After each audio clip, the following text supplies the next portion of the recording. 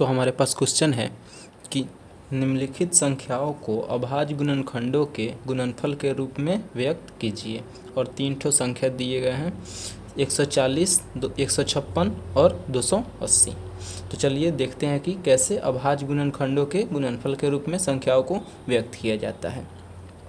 तो यहाँ पर सबसे पहले हम एक नंबर को सॉल्व करते हैं और 140 का निकालते हैं अभाज्य गुणनखंड। तो यहाँ पर 140 का अभाज्य गुणनखंड निकालने के लिए सबसे पहले हम जितनी भी अभाज्य संख्याएं हैं उनसे भाग लगाना शुरू करते हैं। यानी सबसे छोटी अभाज्य संख्या कौन है? 2। तो 2 से हम यहाँ भाग लगाते हैं। 2 से भाग लगाएंगे तो 140, 70। फिर 2 से भाग लगा सकते हैं इसमें तो 35। फिर 2 से नहीं जाएगा, 3 से भी नहीं जाएगा, 5 से भी नहीं, 5 से चला जाएगा तो 5 से 7। फिर तो यही हो गया 140 बराबर 2 गुने 2 गुने 5 गुने 7। यानी कि इसको हम लोग चाहे तो घात में लिख सकते हैं, 2 के पावर 2 गुने 5 के पावर 1 गुने 7 के पावर 1। इसी प्रकार हम 156 का अभाज्य गुणनखंड करेंगे। तो इसमें भी देख सकते हैं हम लोग कि 2 से चाहे तो हम लोग लगा सकते हैं, 2 से आ जाएगा 78। फिर चाहे तो 2 से लगाएंगे तो 39। फिर 2 से तो नहीं लगेगा, 3 से लगा सकते हैं, 3 से 13। फिर अब आगे नहीं लगने वाला है तो हम लोग क्या लिख सकते हैं? 156 बराबर 2 गुने 2 गुने 3 गुने 13।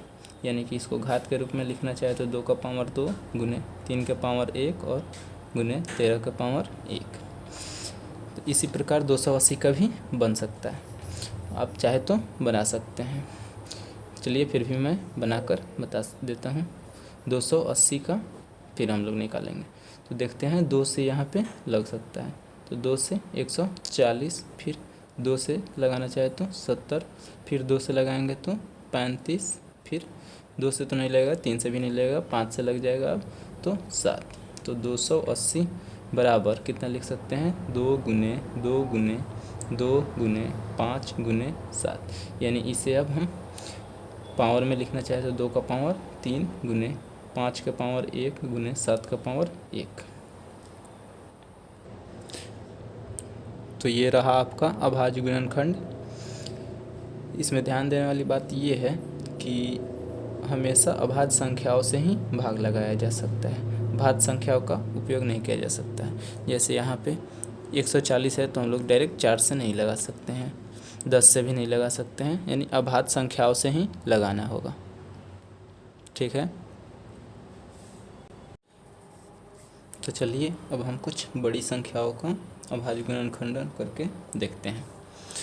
तो यहाँ पे क्वेश्चन है 510 का अभाज्य गुणनखंड कीजिए। तो 510 का अभाज्य गुणनखंड करने के लिए भी हम लोग लिखेंगे 510 को, और जब बड़ी संख्या आएगी तो सबसे पहले हम लोग इसमें भाग देने स्टार्ट करेंगे। हम लोग देख सकते हैं कि इसके इकाई स्थान पे 0 है तो 2 से भाग निश्चित लग सकता है। तो 2 से हम लोग भाग दे सकते हैं 510 में, तो कितना जाएगा?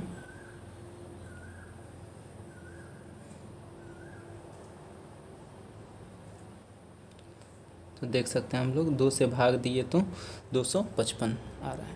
तो 2 से भाग देने पर 255 आ जाएगा। अब हम लोग यहाँ पर देख सकते हैं कि 255 में 2 से नहीं लग सकता है, तो 2 के बाद आगे हम लोग 3 से देख सकते हैं। तो 3 से विभाज्यता का नियम अगर आपको याद होगा तो उसके अंकों का योगफल अगर 3 से विभाज्य है तो वो संख्या भी 3 से विभाज्य होती है। तो यहाँ पे हम लोग देख सकते हैं कि इसके अंकों का योगफल कितना है? 2, 5, 7, 7, 5, 12। यानी कि 3 से 12 विभाज्य है, तो यानी 255 भी 3 से विभाज्य होगी। तो हम लोग 3 से इसमें लगा सकते हैं, 3 से भाग देकर चेक कर सकते हैं। 3 से अगर भाग देते हैं तो 255, तो यहाँ पर भाग लगा सकते हैं।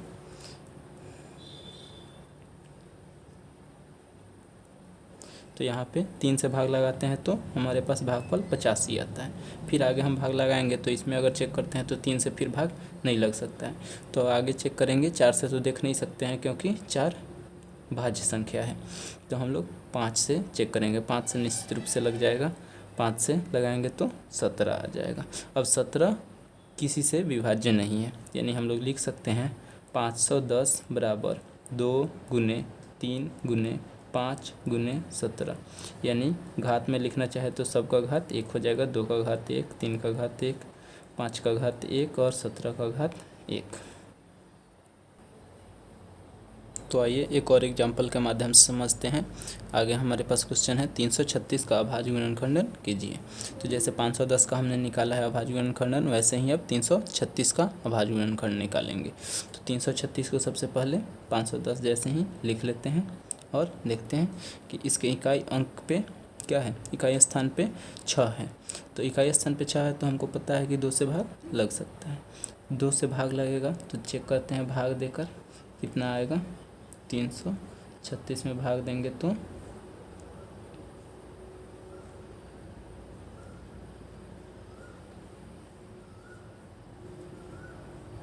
यानी कि 2 से जब भाग देंगे तो ये कितना आ जाएगा 168। ठीक है, अब फिर से हम लोग को पता है कि 2 से भाग लग सकता है। 2 से भाग लगेगा तो फिर हम लोग भाग देकर चेक करते हैं। 2 से भाग देंगे 168 तो 16 कट जाएगा, 8 आया तो 2 चौक 8। ठीक है, अब यहाँ पे 2 से भाग लगाए तो 84, फिर 2 से भाग लगाएंगे तो इसका आधा हम लोग कर सकते हैं 42, फिर 2 से भाग लगाएंगे तो 21, फिर 2 से भाग लगाएंगे तो 2 से नहीं लग सकता है, 3 से लगेगा, 3 से लगाएंगे तो 7, इसके आगे नहीं लग सकता है। तो आगे अब हम लोग इसको लिख सकते हैं कि 336 बराबर 2 गुने 2 गुने 2 गुने 2 गुने 3 गुने 7, यानी कि 2 का पावर 4 गुने 3 का पावर 1 गुने 7 का पावर 1। तो उम्मीद है कि आप अभाज्य गुणनखंडन समझ पाए होंगे। ये आपके आगे आने वाले क्वेश्चंस में काफ़ी महत्वपूर्ण साबित होगा। इसी अभाज्य गुणनखंड के माध्यम से आप आगे LCM और HCF ज्ञात करना सीखेंगे, जो कि एग्ज़ाम में पूछे जाते हैं। Thank you.